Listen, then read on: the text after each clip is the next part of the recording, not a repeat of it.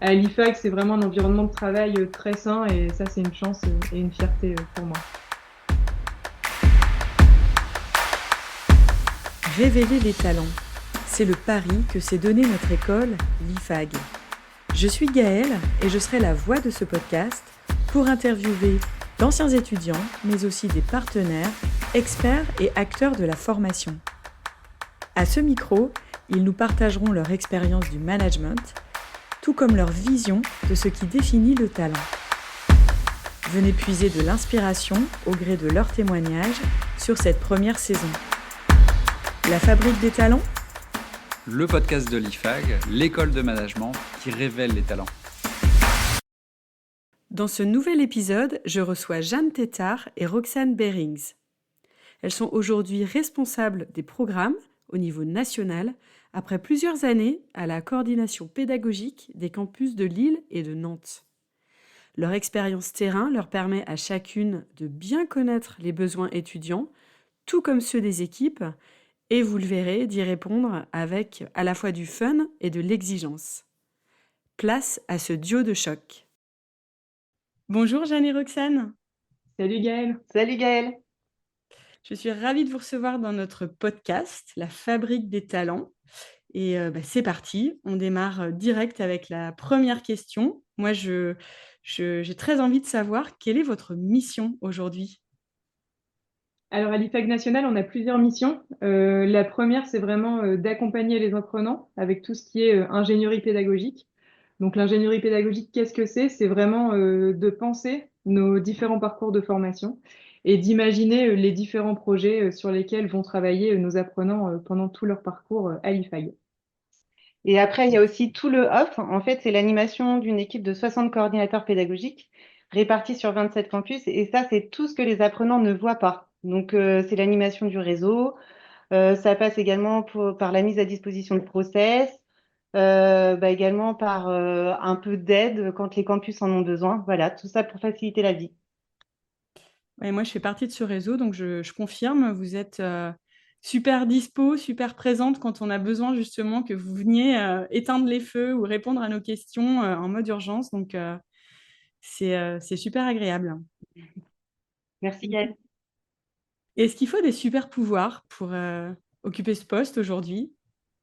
Alors, super pouvoir, je ne sais pas si on peut vraiment parler de ça, mais en tout cas, il y a un maître mot chez nous, c'est ne pas se prendre au sérieux.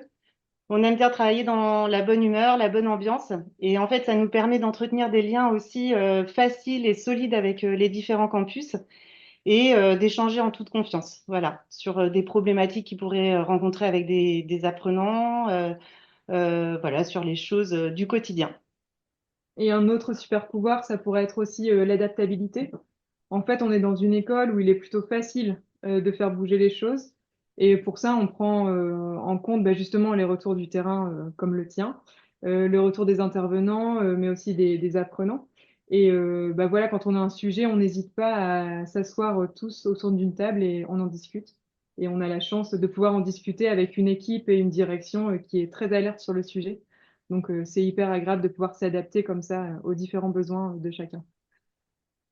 Ouais, donc beaucoup d'adaptabilité et de disponibilité. Je confirme aussi.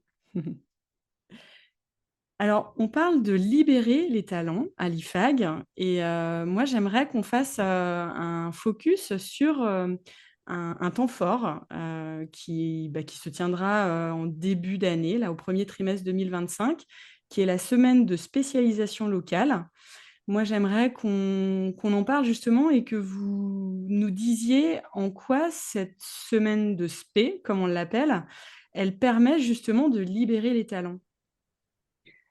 Bon, déjà, pour situer la semaine de spécialisation locale, on peut peut-être rappeler le concept ou décrire le concept.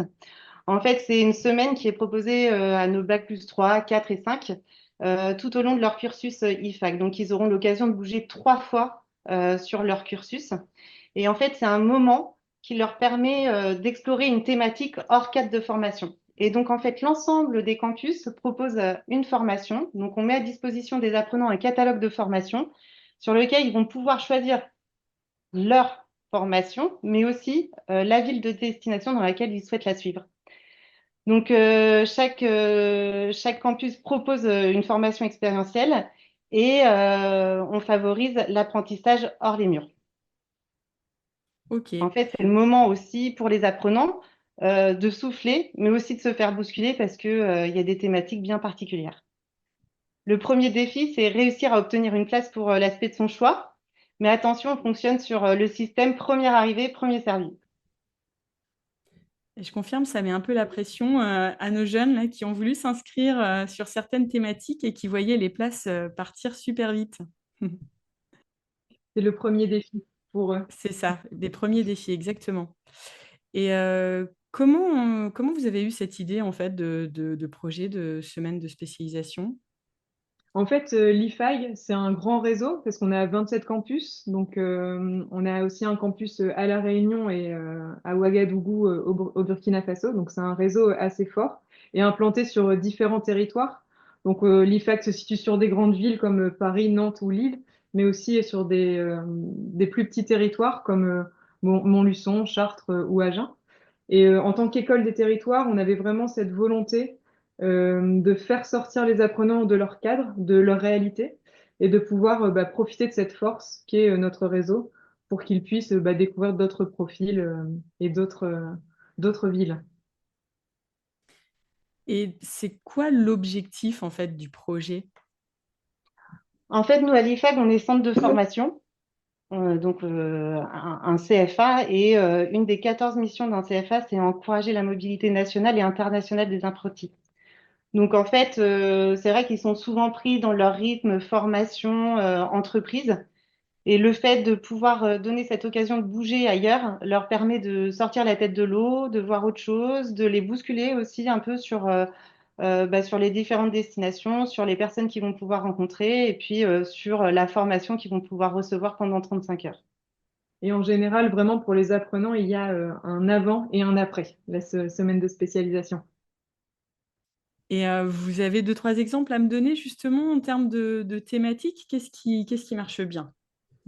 Alors, une spé qui marche très bien, c'est celle de Toulouse, par exemple, qui est sur le management de la performance collective. En fait, le formateur, il va vraiment accompagner les jeunes à mieux se connaître dans le cadre de leur fonctionnement en équipe. Et il va, par exemple, les confronter à des situations difficiles pour faciliter en fait la compréhension de leur fonctionnement de chaque profil, quoi, de chaque apprenant. Et donc, on sait qu'il leur propose une course d'orientation nocturne dans une forêt. On n'en dit pas plus, Mmh. Jeanne. Oui, on va laisser le suspense pour ceux qui vont s'inscrire et qui vont suivre cette spé. En deuxième exemple, en fait, on a Angers aussi qui a ouvert l'année dernière sa première spé, donc sport et bien-être. Et les apprenants vont faire le lien entre la pratique sportive et le management avec des retours du professionnel de métier comme un intervenant qui est également coach au SCO d'Angers. Les apprenants vont aussi aborder des thématiques de la préparation physique et mentale tout en pratiquant et du coup ça donne aussi des situations un peu locales comme un koh sur le campus. Je confirme pour l'avoir vécu, puisque c'est mon campus. On est sur des situations assez cocasses, mais ça plaît beaucoup. Et cette année, on a un autre exemple assez sympa. On a Lyon qui propose 3 nouvelles spécialisations, totalement en lien avec l'actualité et les tendances. D'ailleurs, les réservations, elles ont été prises d'assaut. Et on a par exemple une spé qui s'appelle Grey's Anatomy, management de la santé et du bien-être. Trop bien. Une autre spé totalement en lien avec l'actualité qui est Un jour j'irai à Hailey avec toi, rendez-vous en 2028, donc petit clin d'œil au JO, et The Voice, management de l'industrie des arts et du spectacle événementiel. Donc un beau programme à venir pour nos apprenants. Et en général, après, nous, au niveau au service PEDA national, on reçoit toutes les photos en fin de semaine. Et du coup, on a hâte de recevoir celle de cette année.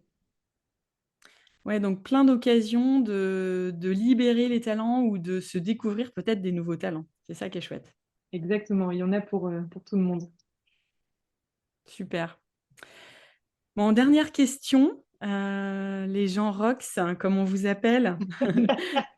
J'ai envie de vous demander ce qui vous rend fier à l'IFAG. Alors moi, ce qui me rend fière, c'est vraiment de me sentir utile en contribuant en fait d'une certaine façon au parcours de nos apprenants.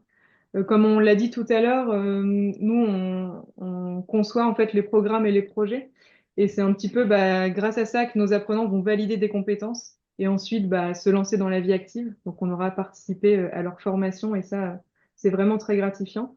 Et je suis également très fière des équipes avec lesquelles on travaille. On a vraiment tous le même objectif et la même volonté de faire en sorte que tout se passe bien. Et donc, à l'IFAC, c'est vraiment un environnement de travail très sain et ça, c'est une chance et une fierté pour moi. Eh bien, pour moi, en fait, c'est vrai que sur la PEDA nationale, on a travaillé dernièrement sur la nouvelle ligne stratégique, donc, enfin, l'offre de formation de l'IFAG. Et du coup, ça a été hyper intéressant et enrichissant de proposer quelque chose de nouveau au campus et donc aux apprenants. Mais au-delà de ça, en fait, c'est vrai que j'ai été responsable pédagogique pendant 4 ans sur le campus nantais. Et donc, en fait, c'est de voir aussi des apprenants grandir. C'est vrai que je les ai suivis en formation. Ensuite, je les ai vus à la cérémonie de remise des diplômes. Et puis ensuite, je les vois embaucher en tant que responsable pédagogique. Je pense à Kevin à Nantes en tant qu'intervenant, Pauline à Angers et Nantes également. Et puis Martin au Mans en responsable développement. Et du coup, ça, c'est une grande richesse aussi de voir que le réseau se construit avec ceux qu'on a formés et que tout le monde participe à tout ça. Donc, ça fait un super pouvoir collectif pour en revenir à la première question. Merci beaucoup, Jeanne et Roxane, pour ce temps passé ensemble. Merci à toi, Gaëlle. Merci. Notre podcast vous a plu? N'hésitez pas à le soutenir, liker, commenter ou parlez-en autour de vous. La fabrique des talents? Le podcast de l'IFAG, l'école de management qui révèle les talents.